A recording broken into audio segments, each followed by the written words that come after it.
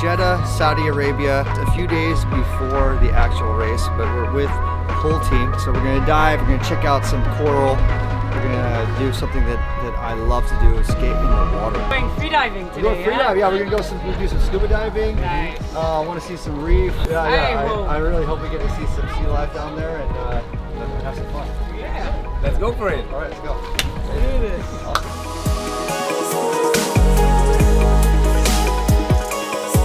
So today is a day of fun because I love diving and I absolutely love the ocean.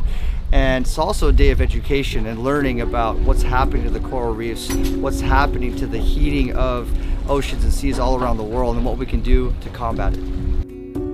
So I'm a professor of marine science and I lead research on ocean ecosystems, all the way from the very shallow coastal waters and mangroves to seagrass and corals, and going deep into the ocean, into the deep sea.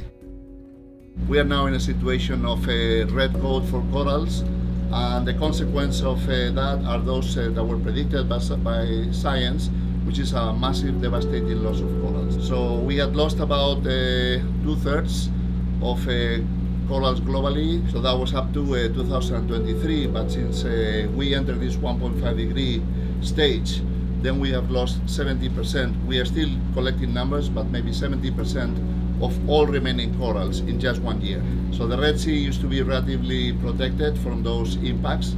Here we lost almost all corals down to, Naida tells me, about 15 meters or so. So everything in the upper waters is dead. It takes 5,000 years to build a coral reef.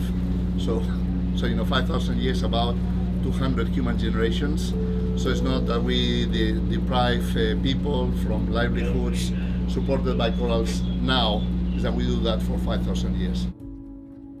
We need a call to action, and we hope that mobilizing fan bases of sports and even entertainment, we can move people into taking action to avoid that our grandchildren and their grandchildren will live in an ocean devoid of coral reefs. All right, guys, we're about to go scuba diving. It's absolutely one of my most favorite things to do.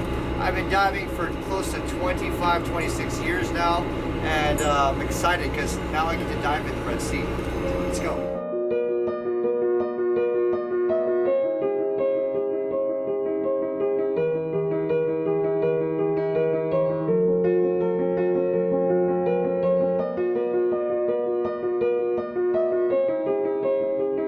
You guys went on a dive trip this morning. Yeah. How did you find it? Well, first of all, it's such a blessing to dive in the Red Sea, so that was a big one for me. And secondly, it was just tragic, to be honest. So just see the coral when we went down there was just all dead.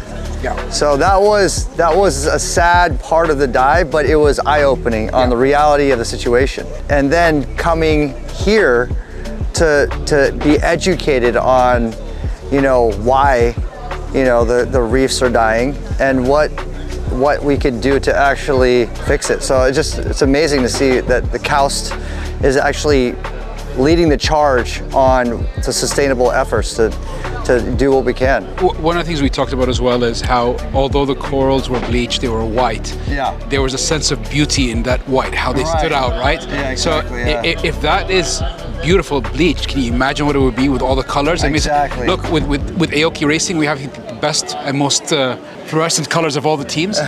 So we want those colors to come back as well. Exactly.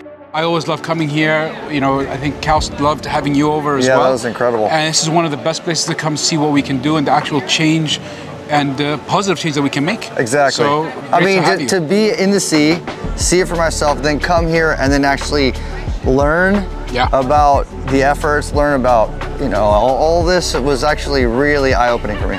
Amazing. Yeah.